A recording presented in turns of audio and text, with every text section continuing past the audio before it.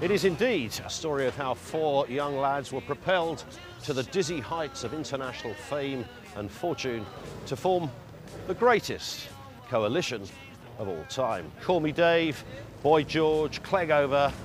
Who's the other one? Danny Boy. All right. All right. All right. It was the Deputy Prime Minister that took centre stage this week with plans for electoral reform, the Lib Dem deal-breaker for joining the coalition. Fixed-term parliaments, some kind of referendum on changing the voting system from first-past-the-post to AV, the alternative vote, same-size constituencies and 50 fewer MPs, which, by a happy coincidence, is more or less the same amount of Lib Dems that currently sit in the House of Commons.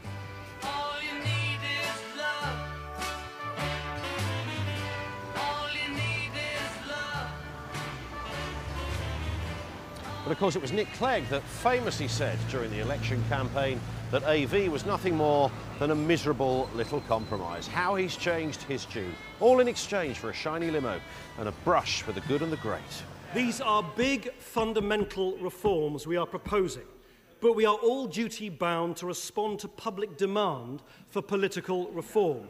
That is how we restore people's faith in their politics once again. What we are not going to allow is for that support to be used as some kind of cover for outrageously partisan proposals in the same bill to gerrymander the boundaries of this House of Commons by arbitrarily changing the rules for settling boundaries and by an equally arbitrary cut in the number of MPs.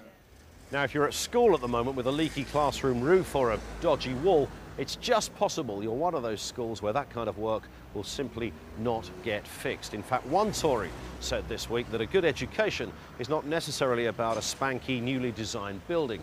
Great, we'll just teach our kids in tents. Michael Gove, the Education Secretary, has scrapped Labour's school building plans, cancelling more than 700 projects in what they politely call an austerity drive.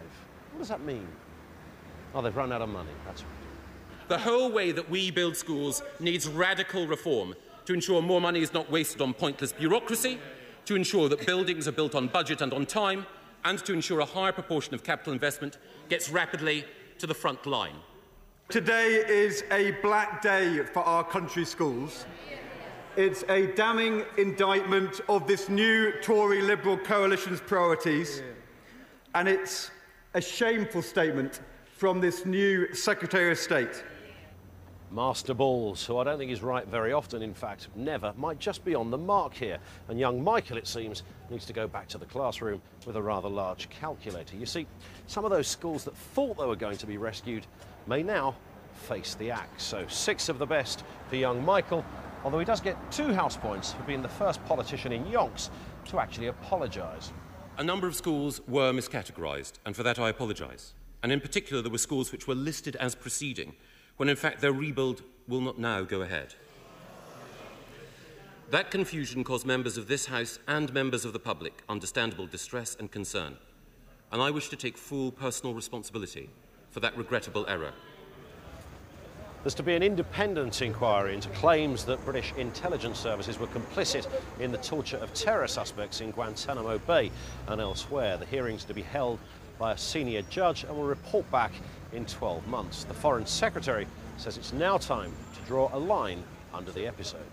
We do need to clear up this stain on Britain's reputation, and of course people do want to know what actually happened. We've inherited quite a messy situation as a government where there are at least 10 court cases going on. People are suing the British government because they allege that they were mistreated by other countries' intelligence services or security forces with the complicity of British intelligence forces. This week it was announced that British troops are to hand over control of one of the most dangerous parts of Afghanistan to the Americans by the end of the year. This is Sangin in Helmand province that has cost the lives of 99 British servicemen and women. That's nearly a third of those killed. Now, some will see this as a British retreat. I think the Taliban will see this as a victory. Certainly the families of those killed will be left wondering whether it was all worth it. The Defence Secretary insists, though, that good progress had been made. There will be hard days ahead, but the further changes I have announced will mean more manpower and greater focus for the key terrain of central Helmand. We have the right strategy, and we are determined to succeed. There you go, and that's the end of my magical mystery tour for this week. Now, where's that yellow submarine gone? Excuse me, seen a yellow submarine? Sort of yellow and big. Yellow submarine.